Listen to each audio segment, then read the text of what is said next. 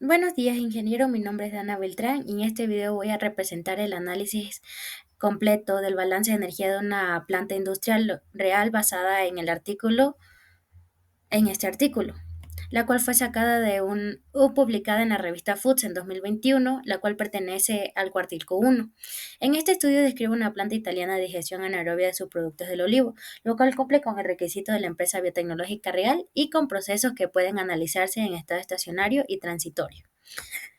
La planta trabaja con dos digestores en serie. Primero, el residuo del olivo que entra al digestor primario del R1, donde ocurre la mayor parte de la hidrólisis. Y luego pasa al digestor número 2, que aquí se estabiliza la producción del metano, donde luego va el biogás producido, se dirige hacia el sistema CHP, que es un motor de combustión interna acoplado a un generador eléctrico, como pueden ver en esta diapositiva. Estos son datos que usamos para hallar balances generados sacados del artículo y más adelante vamos a sacar más datos, como los de aquí, como el volumen de biogás por día, el volumen de metano por día y todo esto para llegar al paso 5, que en el paso 5 calculamos la proporción aproximada dándonos como resultado que el CHP transforma al 32.5% de la energía química del biogás en electricidad si opera a 100 kilowatts continuamente.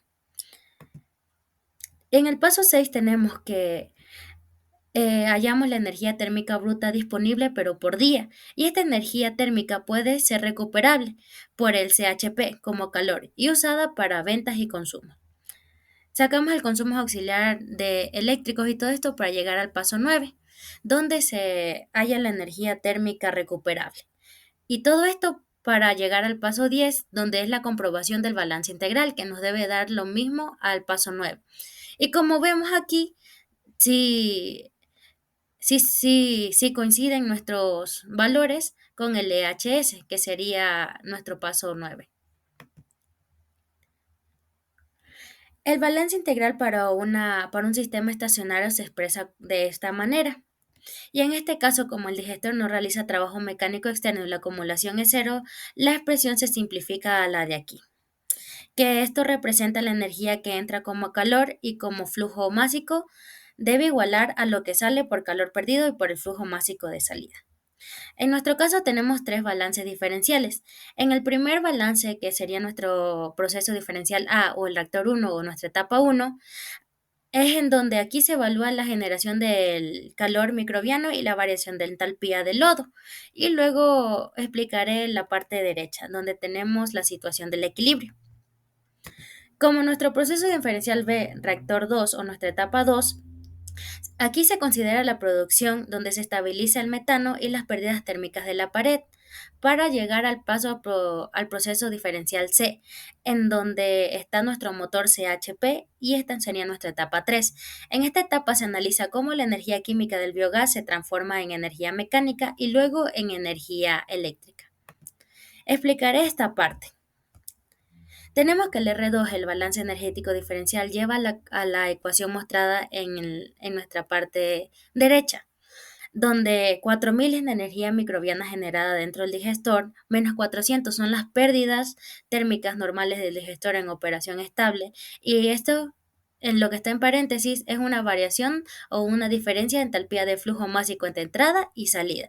Y los 864 es la energía suministrada por el sistema CHP que mantiene la temperatura del digestor, que en los puntos tenemos cómo hallamos ese valor. Entonces, la suma de las energías que entran menos las que salen debe ser igual a cero porque no hay acumulación. Bueno, vamos a explicar nuestro proceso 3.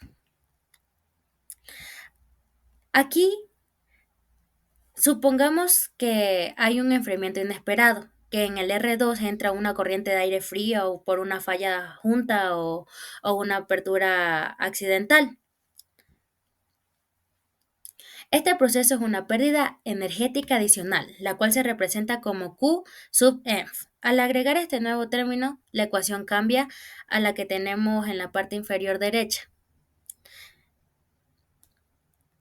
Tenemos nuestro diagrama, que aquí se muestra una nueva flecha roja hacia afuera del digestor etiquetada como pérdida de enfriamiento, lo cual tenemos como consecuencia que si la planta no compensa esta pérdida aumentando el aporte térmico desde el CHP, la temperatura del digestor R2 cae. Una caída de temperatura reduce la actividad metanogénica y disminuye temporalmente la producción del biogás.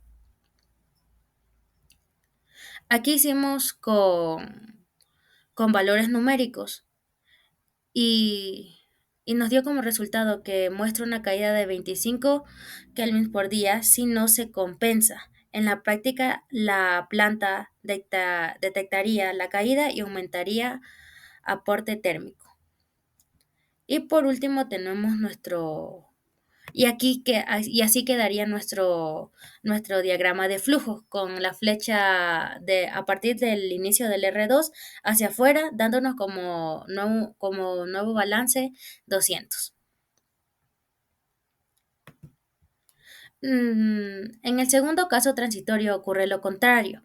En lugar de una pérdida inesperada se produce un bloqueo energético, por ejemplo, porque la rejilla de enfriamiento se obstruye o porque no hay una acumulación de material aislante en la pared.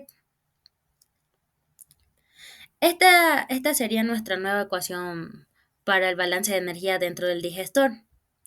Como el Q sub loss es igual a cero debido al bloqueo, la energía empieza a acumularse y al suponer un valor máximo permitido de temperatura o energía, podemos calcular el tiempo hasta la falla. En mis diapositivas aquí incluyo el cálculo del tiempo necesario para que el digestor alcance la temperatura límite de la operación. Aquí tenemos que el tiempo hasta el fallo son de 9.22 horas. Con el supuesto del calor del 30% de bloqueo y un tanque, la temperatura podría alcanzar un umbral del fallo en aproximadamente 2.5 días si el tanque fuese más pequeño o la fracción molar mayor. El tiempo sería menor. Si fuese más grande, el tiempo aumentaría. Esta sensibilidad. Y esto se explica en el informe y en la tabla de sensibilidad.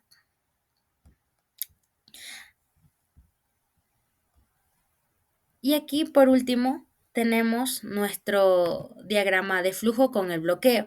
Aquí tenemos el general, que tenemos nuestro bloqueo en la parte del CHP y en el otro diagrama, como para ayuda más visual, ya tenemos qué pasaría ya con el bloqueo hecho en el diagrama. Entonces, en resumen, el artículo permitió construir un modelo energético realista de una planta biotecnológica. Pudimos analizar el proceso en estado estacionario, los balances integrales y diferenciales, y también los dos estados transitorios, tanto el enfriamiento inesperado y el bloqueo térmico. Los diagramas y las ecuaciones y cálculos que presenté cumplen con todos los puntos solicitados. Muchas gracias.